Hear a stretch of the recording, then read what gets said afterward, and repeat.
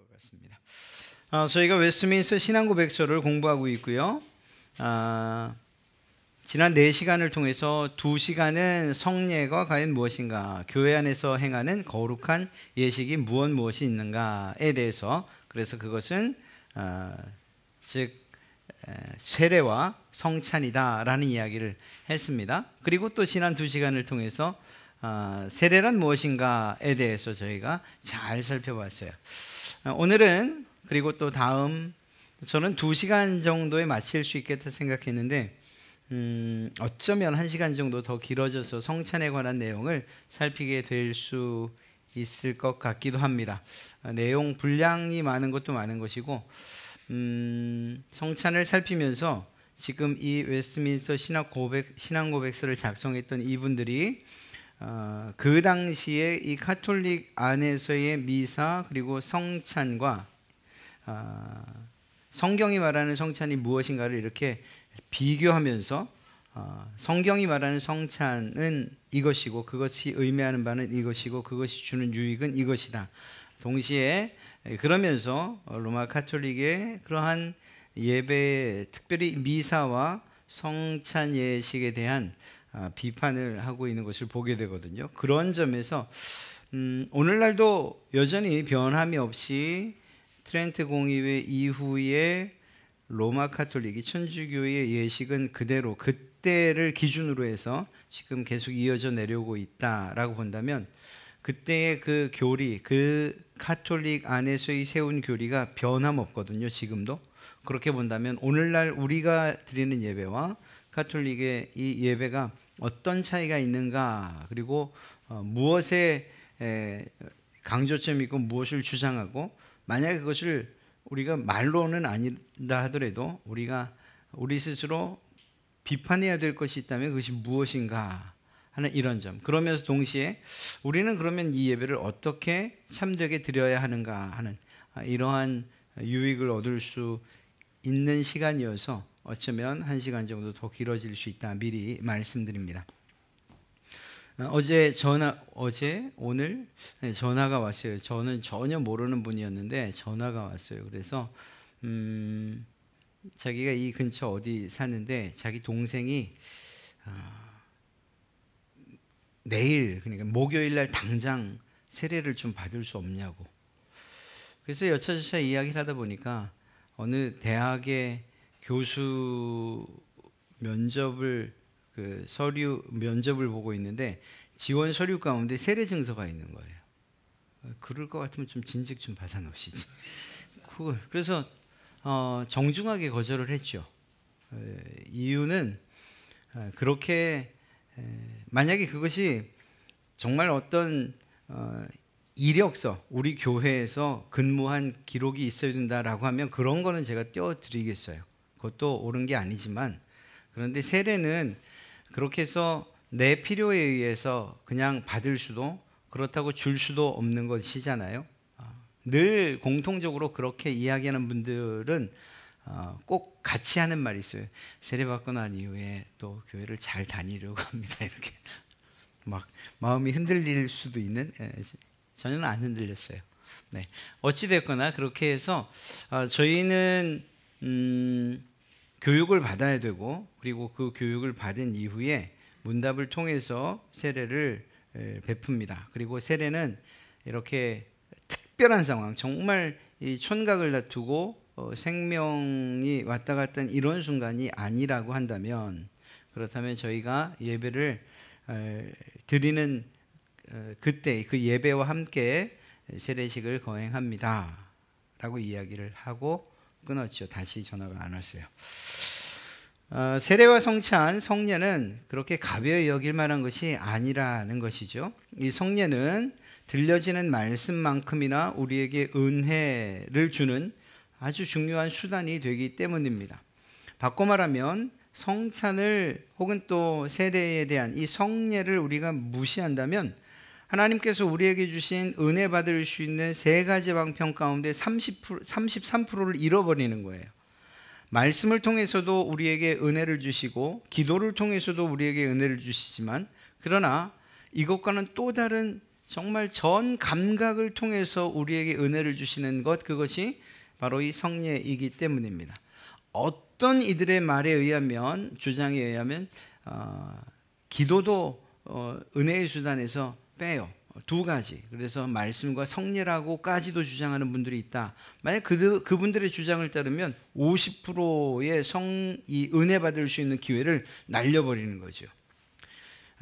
우리가 전 인격적으로라고 할 때 그 지적으로 또 감정적으로 그리고 의지적으로 우리가 은혜를 받을 수 있는데, 그때의 감정과 의지 또 이 지식에 해당하는 이 감각적인 요소로서 받을 수 있는 은혜를 포기하는 것, 그것은 정말 어리석은 일이라고 이야기할 수 있는 거죠.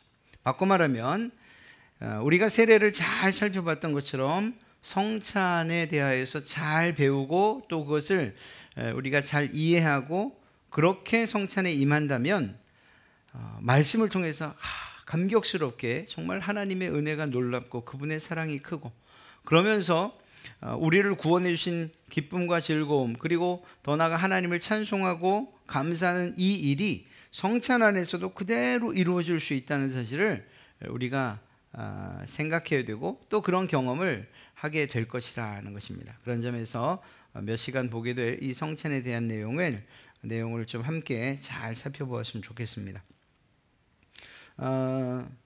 이 항목이 대략 한 6가지 항목으로 나눠지는데 2항부터 6항까지는 사실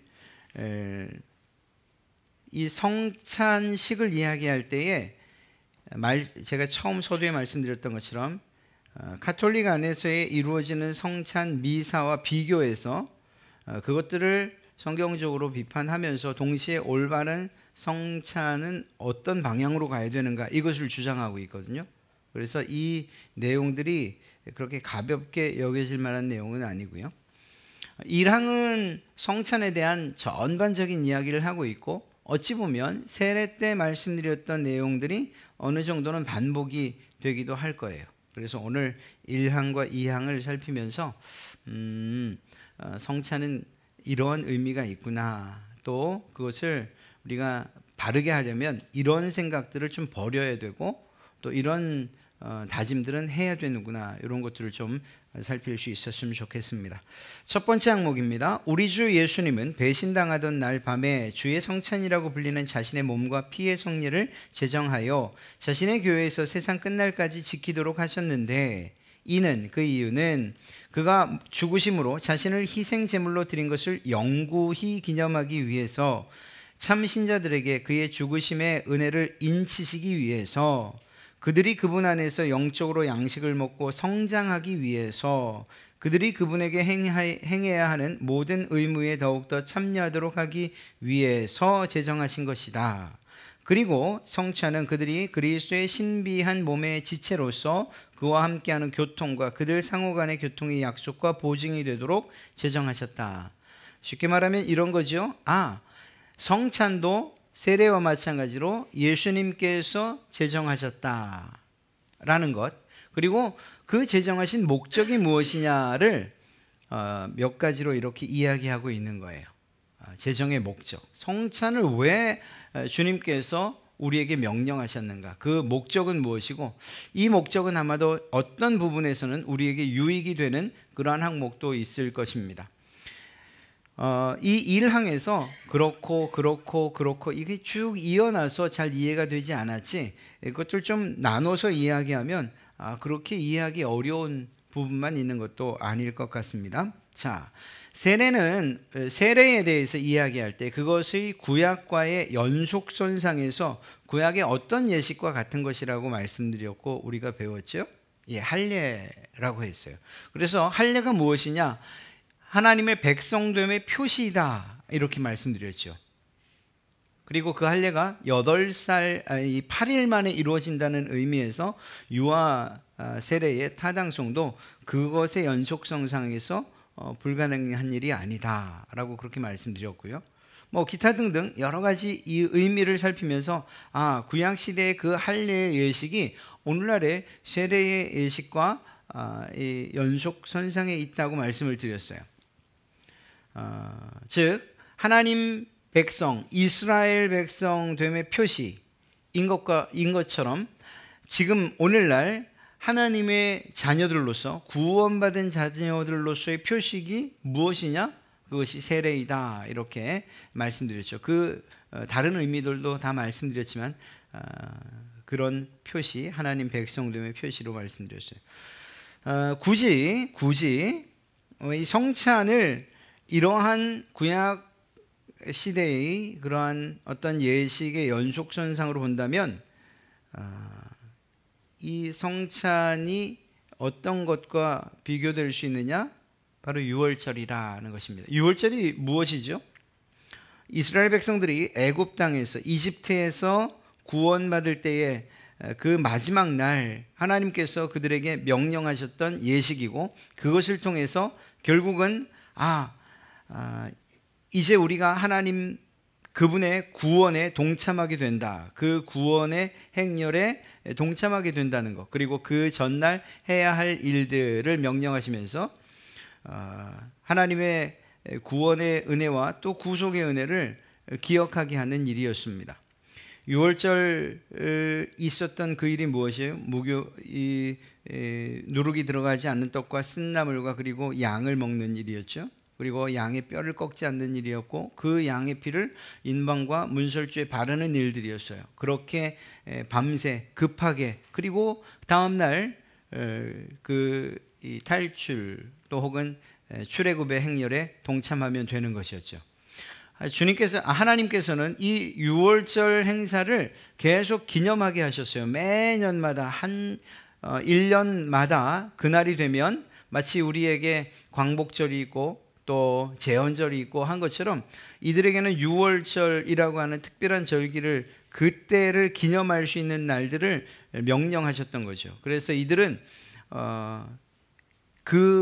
출애굽 이후에 매년마다 유월절 절기를 지켜야 했어요. 그리고 그 방식들은 그들이 탈출하던 그날 밤에 했던 그 방식 그대로, 그래서 먹고 또 바르는 것, 또 양을 잡는 것, 이 모든 것들이 같은 방식으로 이루어졌죠.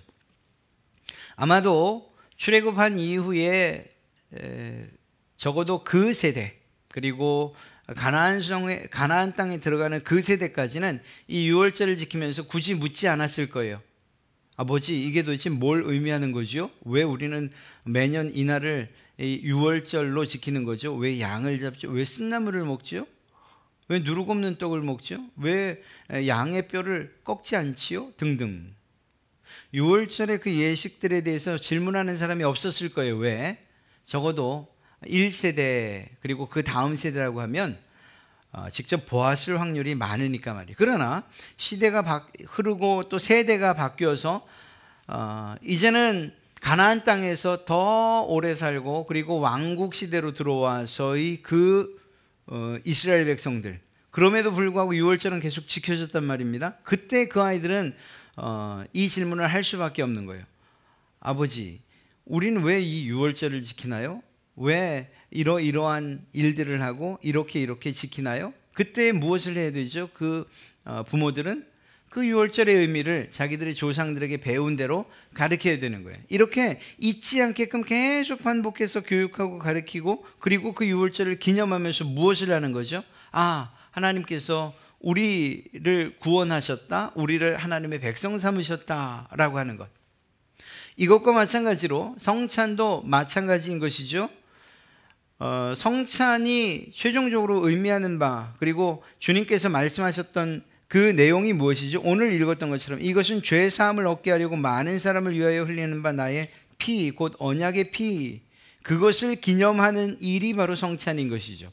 예수님의 십자가에서 죽으심을 기념하는 거예요. 그 죽으심은 고난과 그리고 절망이 아니고 그 죽으심으로부터 시작된 우리의 구원이죠. 구원. 예수 그리스도께서 자기를 십자가에 못 박어 흘리신 그 피로 이루신 속죄 그리고 구속의 사건을 기념하는 일 무엇이냐? 바로 이 성찬인 것입니다.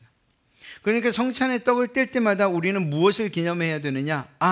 나를 위해서 죽으신 예수 그리스도 그분의 구속의 사건, 그리고 그 일을 통해 베푸신 하나님의 사랑과 은혜를 기억해야 되는 거예요.